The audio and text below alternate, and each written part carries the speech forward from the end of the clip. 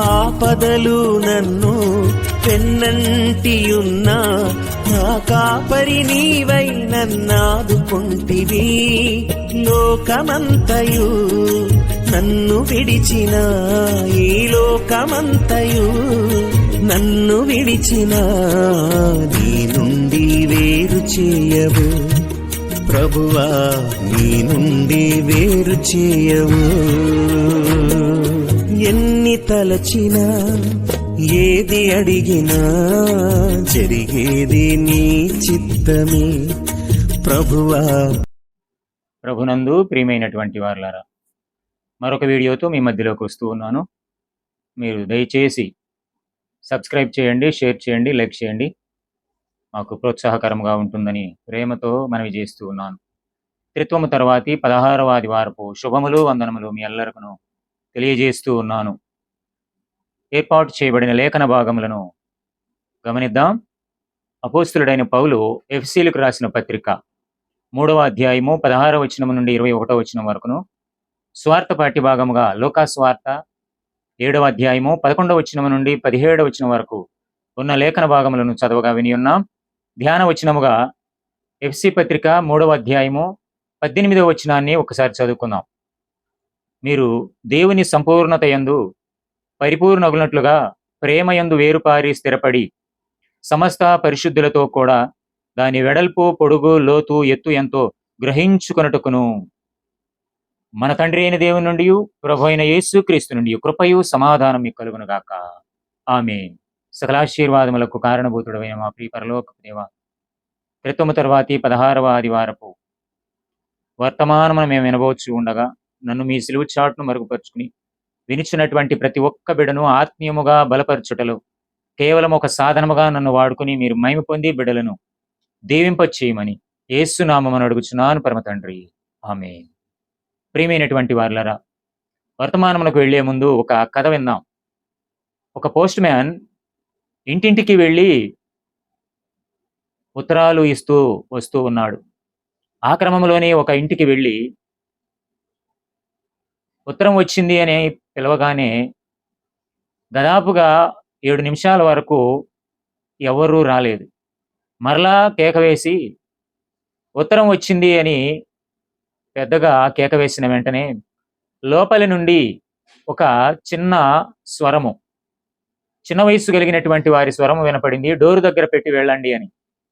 ఇది register post, సంతకం పెట్టాలి అని పోస్ట్ మ్యాన్ అనడం.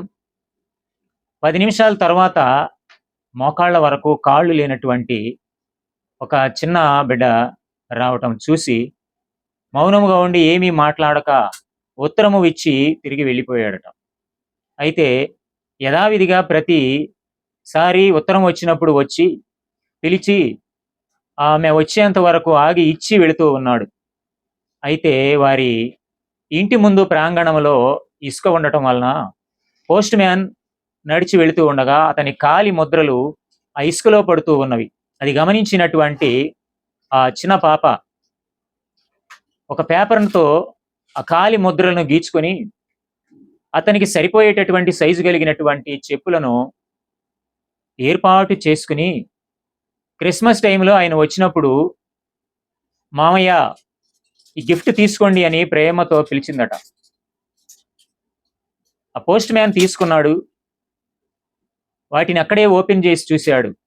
తనకు సరిపడినటువంటి పాదరక్ష వాటిని అక్కడే ఓపెన్ చేసి చూశాడు. తనకు సరిపడినటువంటి పాదరక్షలు, ఆ చెప్పులను తాను తీసుకుని సంతోషించాడు. ప్రియమైనటువంటి వారులారా, అయితే ఇక్కడ మనం గమనించాల్సినది ఏమిటి అంటే, తనకు కాళ్ళు లేకపోయినా పోస్ట్ మ్యాన్ కాళ్లకు చెప్పులు లేవని తాను గ్రహించి తను కష్టపడుతూ ఉన్నాడని చెప్పులు ఏర్పాటు చేసింది. ఇతరుల కష్టములో సహాయపడే వారముగా మనము ఉండాలని ఆ తలంపు ఆ అమ్మాయికి కలిగినది. దేవుని ప్రేమకు కనికరమునకు నిదర్శనమే ఆ పాప. అందుకే మన అంశము దేవుడు సర్వాంతర్యామి, సర్వవ్యాపకుడు, సర్వోపగతుడు, అన్నిటిలోనూ అన్ని చోట్ల ఉన్నవాడు.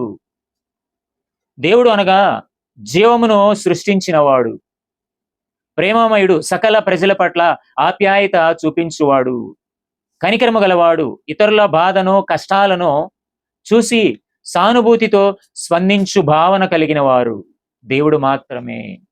సానుభూతి అనగా ఇతరుల బాధను మన బాధగా భావించి వారి కష్టాలను అర్థం చేసుకునే గుణము మనకుంటే అదే మనం ఇతరుల పట్ల చూపించే సానుభూతి.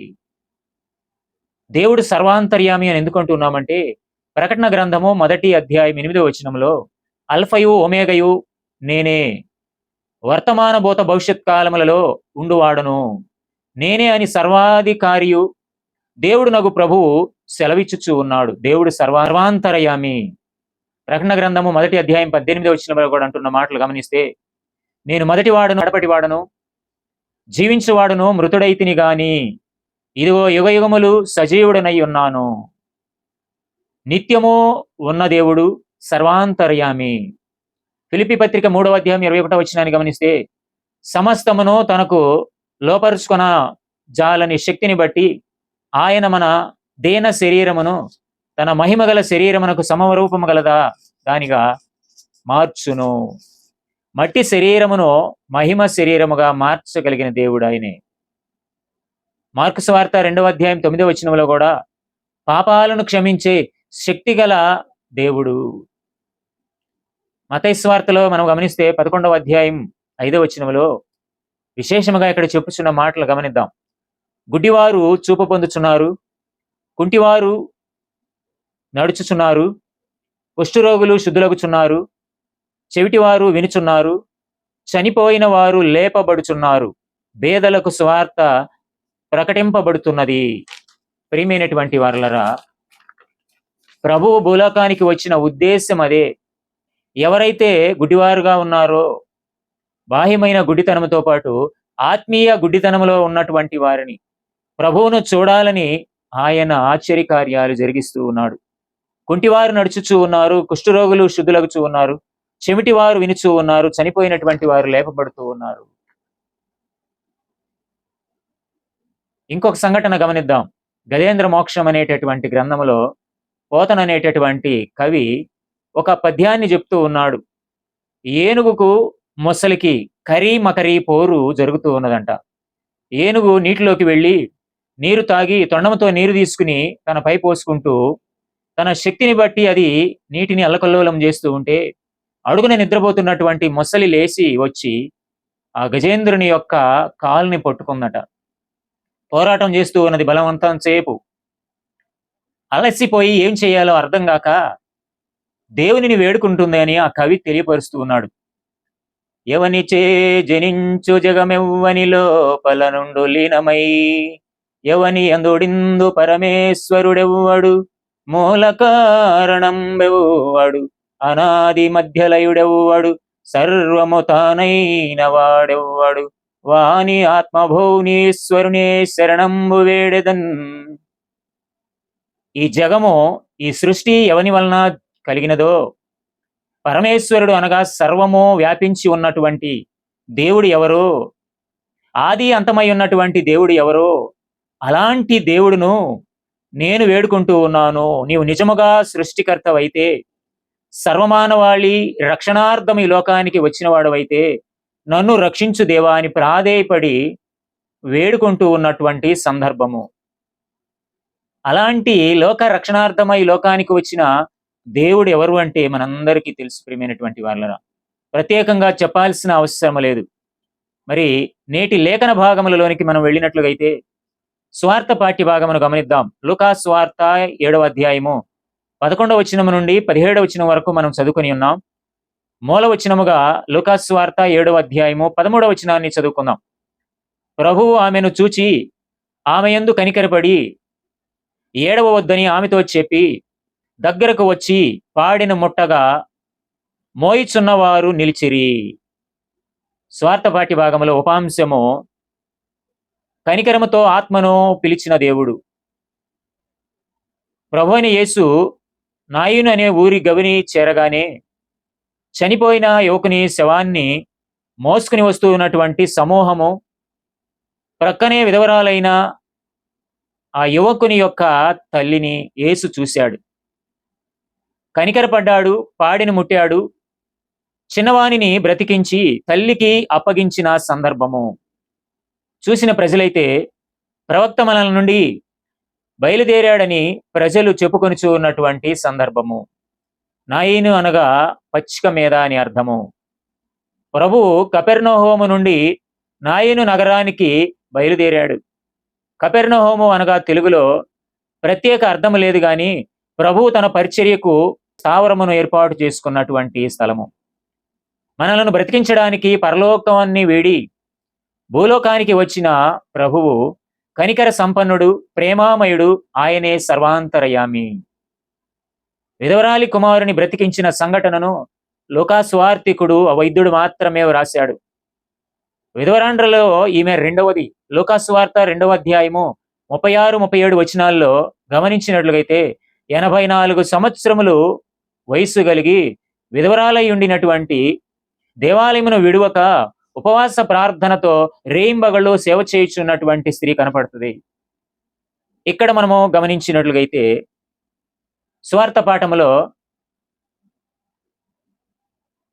14వ వచనాన్ని గమనిస్తే, ఆయన చిన్నవాడా లెమ్మని నీతో చెప్పుచున్నాననగా, ఈమె బాధలు, ఆ విధవరాలి యొక్క బాధలు 3 కనపడుతున్నాయండి. ఒకటి, ఆమె విధవరాలు.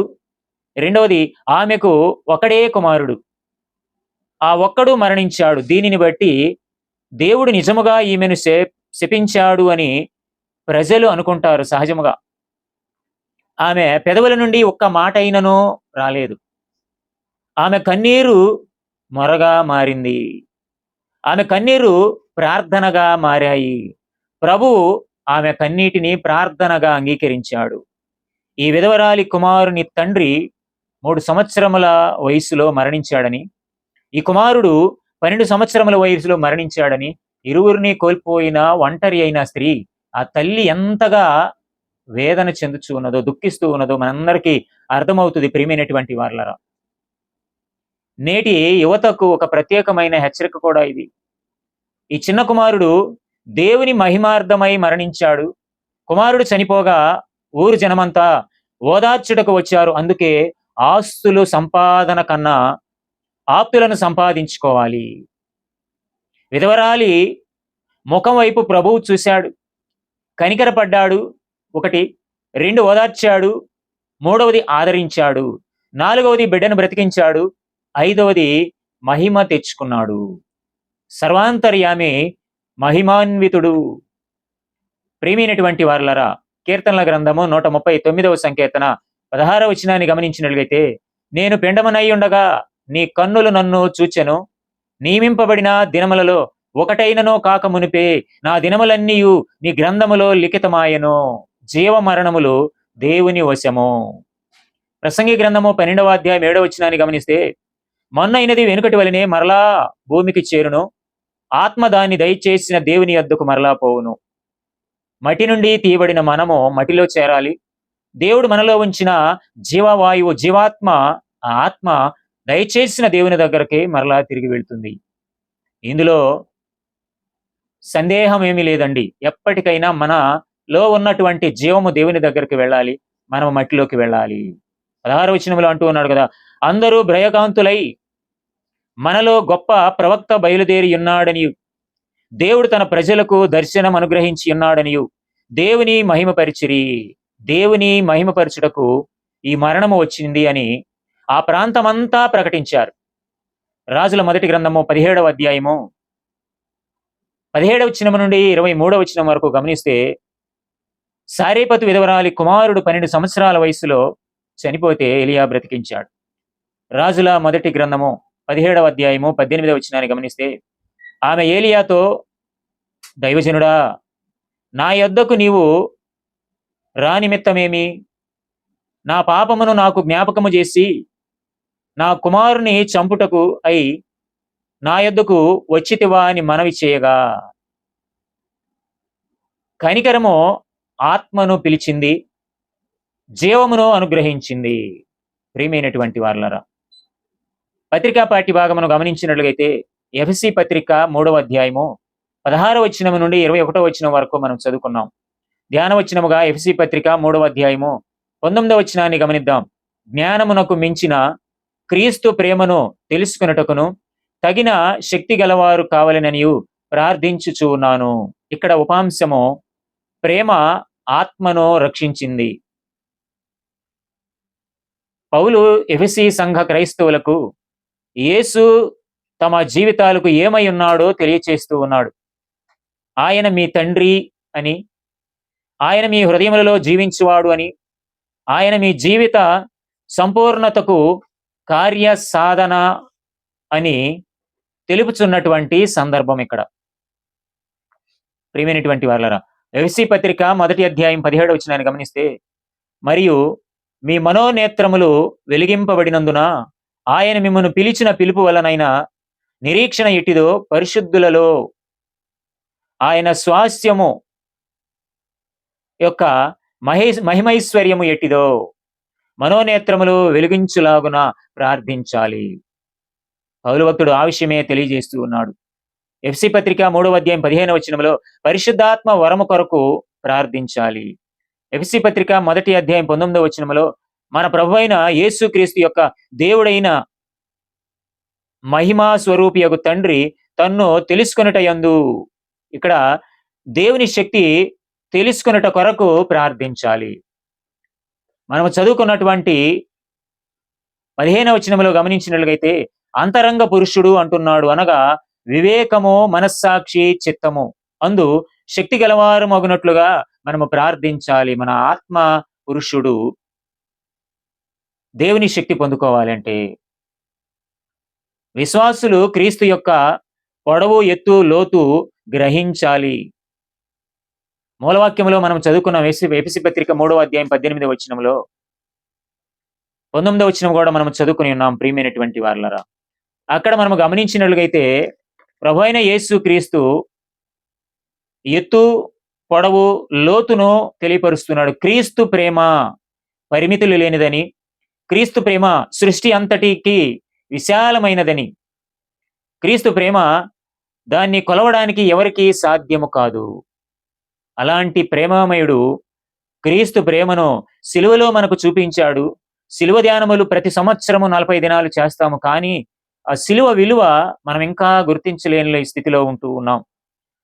సిలువ యొక్క ఆకారము నిలువు కర్ర, అడ్డకర్ర. నిలువు కర్ర ఆకాశం వైపు చూస్తూ ఉన్నది ఒక కొన, రెండవ కొన భూమి వైపు చూస్తూ ఉన్నది. ఆకాశం వైపు చూసే కొన ఆయన ప్రేమ, ఆకాశమంతా విశాలమైనది. క్రింది భాగము భూమి వైపు చూస్తున్నది, భూమి లోతు, భూమి అంతా విశాలమైనది, అగాధమంతా లోతైనది అని తెలియజేస్తున్నాడు ఆయన ప్రేమ.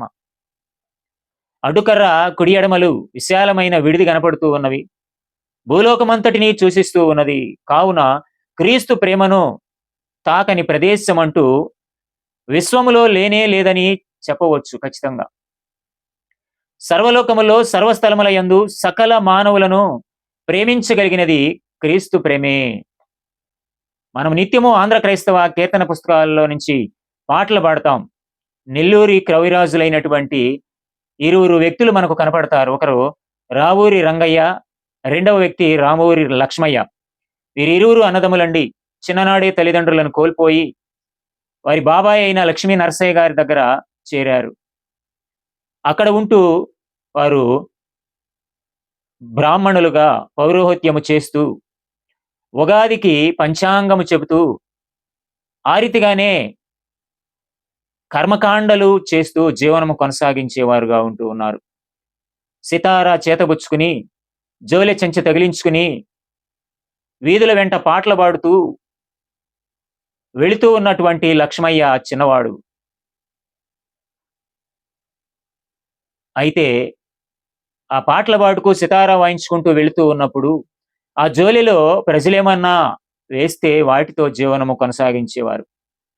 అలాంటి రావూరి లక్ష్మయ్యకు మంచి కంఠస్వరము, తీయని పాటలు పాడేటటువంటి మెళుకువలు కలిగి అతని ఉత్సాహానికి లోనైనటువంటి అమెరికన్ బాప్టిస్ట్ మిషనరీ అతనితో స్నేహం చేసి క్రీస్తు బోధలను వినిపించాడు. ఆ ఫలితముగా రావూరి లక్ష్మయ్య జోలెను విడిచిపెట్టాడు. జోలె విడిచిపెట్టడం అనగా వారి జీవన భృతిని పోగొట్టుకోవడమే. ఈ పని చేసినందుకు అన్నయ్య అయినటువంటి రావూరి రంగయ్యకు కోపం వచ్చి తమ్ముణ్ణి చింత చెట్టు కొమ్మతో కోపం తగ్గేంత వరకు చితకబాది కొట్టి వెళ్ళిపోయాడు. శరీరమంతా దెబ్బలు, రక్తం కారుతూ ఉన్నటువంటి లక్ష్మయ్య, రంగయ్య వెళ్ళిపోయి మరలా తమ్ముడు ఏమయ్యాడో, ఎలా ఉన్నాడో చూద్దామని తమ్ముని దగ్గరకు వస్తే, తమ్ముడైనటువంటి లక్ష్మయ్య ఆంధ్ర క్రైస్తవ కీర్తన పుస్తకము, పెద్ద పుస్తకములో 162వ కీర్తన, అన్నా మన యేసు ప్రభుని కన్నా రక్షకుడు లేడు, ఎన్నరాని మన యగములన్నీ సడలించి ప్రోచు. అన్నా మన యేసు ప్రభుని కన్నా రక్షకుడు లేడన్నా అని కొట్టినటువంటి అన్న మీద కోపాన్ని తీసివేసుకుని ప్రేమను చూపిస్తూ అన్నా అని క్రీస్తు ప్రేమతో పాట పాడుతూ ఉన్నాడు.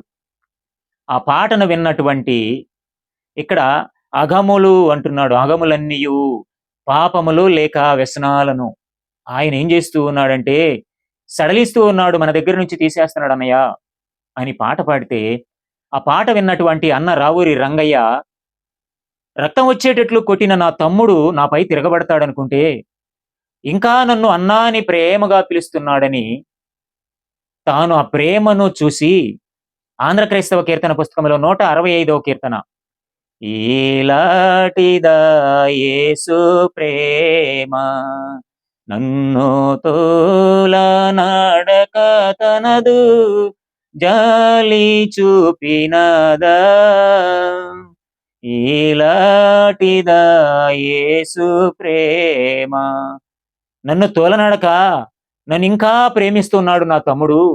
ఈ తమ్ముడులో ఉన్నటువంటి ప్రేమ యేసు ప్రేమే కదా, యేసు ప్రేమ ఇలాంటిదా అని ఎనలేని పాప కోపమును నేను తనికి మినుకుచుచునేనే అని పాట పాడుతూ, కోపం ఉండాల్సినటువంటి మనస్సు ప్రేమను పంచుతూ ఉన్నదా, ఇలాంటిదా యేసు ప్రేమ అని తాను కూడా దేవునిని నమ్మి రక్షకునిగా అంగీకరించి తాను పాడినటువంటి పాట అండి. ఆంధ్ర క్రైస్తవ కీర్తన పుస్తకాల్లో ఉన్నటువంటి పాటల యొక్క చరిత్ర మనము గమనిస్తే చాలా విశేషముగా ఉంటుంది, వారి యొక్క జీవిత చరిత్రలు. యేసు ప్రేమను గూర్చి కీర్తన వ్రాసి స్తుతించాడు. ఇంకా వారి యొక్క అన్నయ్య బాబాయ్ ఉన్నాడు కదా లక్ష్మీ నరసయ్య, ఆయన కూడా ఆంధ్ర క్రైస్తవ కీర్తన పుస్తకంలో చాలా కీర్తనలు రాశాడండి. హైందవ కుటుంబానికి చెందిన వారై కర్మకాండలు జరిగిస్తున్న పూజారులై ఉగాదికి పంచాంగము చెబుతూ ఉన్నటువంటి వీరు ఆ జీవితాన్ని విడిచిపెట్టి దేవుని ప్రేమను పొందుకొని ఈ రీతిగా దేవునిని స్తుతిస్తూ ఉన్నారు. వారు మరణించినను వారి యొక్క కీర్తనలు వారిని జీవింపజేస్తూ ఉన్నవంటే అది కేవలము దేవుని ప్రేమ మాత్రమే. 19వ వచనం అంటున్నాడు కదా, జ్ఞానమునకు మించిన క్రీస్తు ప్రేమను తెలుసుకొనుటకును తగిన శక్తి గలవారు కావాలనని ప్రార్థించుచు ఉన్నాను. పౌలు భక్తుడు కూడా అదే ఆశ కలిగి ఉన్నాడండి, రావూరి రంగయ్య లక్ష్మయ్యల వలె. మనము మన జ్ఞానానికి మించిన ఈ లోక జ్ఞానము కంటే ఆత్మీయ జ్ఞానము, క్రీస్తు ప్రేమ బహు గొప్పది అని గ్రహించాలని తెలియచేస్తూ ఉన్నాడు. మార్కు సువార్త 8వ అధ్యాయము 36వ వచనములో, ఒకడు సర్వలోకమును సంపాదించుకొని తన ప్రాణమును పోగొట్టుకొనుట వానికేమి ప్రయోజనము? ఈ లోక జ్ఞానము మనలను బ్రతికించదు. దైవ ప్రేమ, దైవాత్మ నిన్ను బ్రతికిస్తూ ఉన్నది. అలాంటి దైవ ప్రేమను నువ్వు పొందుకోమని 20వ వచనంలో శక్తి గలవారమగుటకు ప్రార్థించాలి. ఆత్మశక్తి మనం అందరము పొందుకోవాలి. 21వ వచనంలో అంటున్నాడు, క్రీస్తు యేసు మూలముగా సంఘములో తరతరములు సదాకాలము మహిమ కలుగునుగాక, ఆమేన్. ఆయన మహిమతో మనము నివాసము చేయాలంటే నమ్మకమైన శక్తి గల ప్రార్థన మనకు అవసరము. మన ప్రార్థనలు ఎలా ఉంటూ ఉన్నాయో మనల్ని మనము పరిశీలన చేసుకోవాలి. అప్పుడు ఈ శరీరమును దాటి ఆత్మ వెళ్ళిపోయినా అది ఆత్మ క్షేమముగా ఆనందముగా ఉంటూ ఉన్నది. అట్టి జీవనం మనము పొందుకోవాలి. అందుకే సర్వాంతర్యామి అయిన దేవుడు ఈ లోకములో ఉన్నటువంటి పరిశుద్ధులను, పాపులను, జ్ఞానులను, జ్ఞానహీనులను, అందము కలిగిన వారిని, అందము లేని వారిని, సమస్తాన్ని, సర్వమాళిని ఒకే రీతిగా ప్రేమిస్తూ ఉన్నాడు. అలాంటి ప్రేమామయుడు సర్వాంతర్యామి అయి ఈ లోకానికి వచ్చాడు. దుఃఖములో ఉన్న వారిని ఓదారుస్తూ ఉన్నాడు, మరణించిన వారిని లేపుతూ ఉన్నాడు, కుంటివారికి కాళ్ళిస్తూ ఉన్నాడు, గుడివారికి చూపిస్తూ ఉన్నాడు. కావున ప్రియమైనటువంటి వారలరా, సర్వాంతర్యామి కనికరముతో ఆత్మను పిలిచాడు, జీవింపజేశాడు. సర్వాంతర్యామి ప్రేమతో ఆత్మను రక్షించాడు. నరకములోకి మనము వెళ్ళక నిత్య జీవమైన పరలోకములోనికి చేరాలని చేరుస్తూ ఉన్నాడు. అలాంటి సర్వాంతర్యామి కృపా సహాయము మీ ఎల్లరికను అనుగ్రహించి మిమ్మును బలపరచునుగాక. ఆమేన్. సమస్త జ్ఞానముకు మించిన దేవుని సమాధానము ప్రభువైన యేసుక్రీస్తు వలన మీ హృదయములకు తలంపులకు కావలి ఉండునుగాక. ఆమేన్. ప్రభునందు ప్రియమైనటువంటి వారలారా, ఈ వీడియోని వీక్షిస్తున్న మీ అందరికీ మరొకసారి హృదయపూర్వకమైన వందనాలు తెలియజేస్తున్నాను. లైక్ చేయండి, షేర్ చేయండి, సబ్స్క్రైబ్ చేయండి. మరొక వీడియోతో కలుసుకుందాం. వందనాలు.